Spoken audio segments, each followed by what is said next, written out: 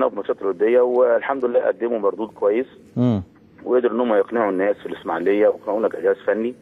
وهم اضافه طبعا اكيد للنادي الاسماعيلي، ونتمنى ان هم يوفقوا في الماتشات اللي جايه ان شاء الله، لان اول ماتش طبعا انت عارف بتبقى الامور فيها شويه يعني قلق وخوف شويه.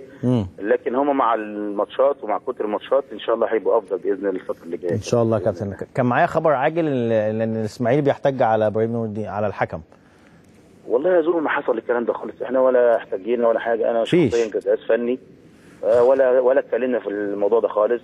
انا سئلت قلت لهم اي حكم يحكم مباراه دولي مش دولي المهم يبقى موفق وخلاص، زي اللعيب يعني فاهم. انت عارف الحكم بيبقى زي اللعيب. القصه بالنسبه لنا مش هنقول ده لا او ده مش ايوه يعني حضرتك كابتن كجهاز فني ما قلتش، لكن هل اداره النادي الاسماعيلي هي اللي بعتت؟ ولا الاداره يعني الكلام ده مش موجود خالص والله. ما وصلش للاتحاد. الراجل رئيس النادي اساسا مش موجود في القاهره بقى له اكتر من اسبوع يعني فاهم.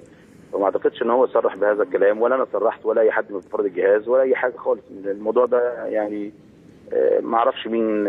طب كويس ان حضرتك يعني قلت ان انا يعني كويس حضرتك توضح ان ما فيش اي اعتراض على حكم المباراه. لا خالص. احنا بالنسبه لنا الحمد لله كل الحكام زي بعض وكلهم الحمد لله ماشيين بشكل جيد. في اخطاء لازم يبقى في اخطاء من اللعيبه، في اخطاء من الاجهزه الفنيه، في اخطاء من الحكام. دي منظومه. احنا بشر في الاول والاخر، احنا بشر فمعرضين للخطا. وزي ما انا بستفيد من خطا الحكم ممكن ما استفدش من خطا الحكم يعني. صح. كابتن طارق بشكرك شكرا جزيلا. كابتن طارق حمدي.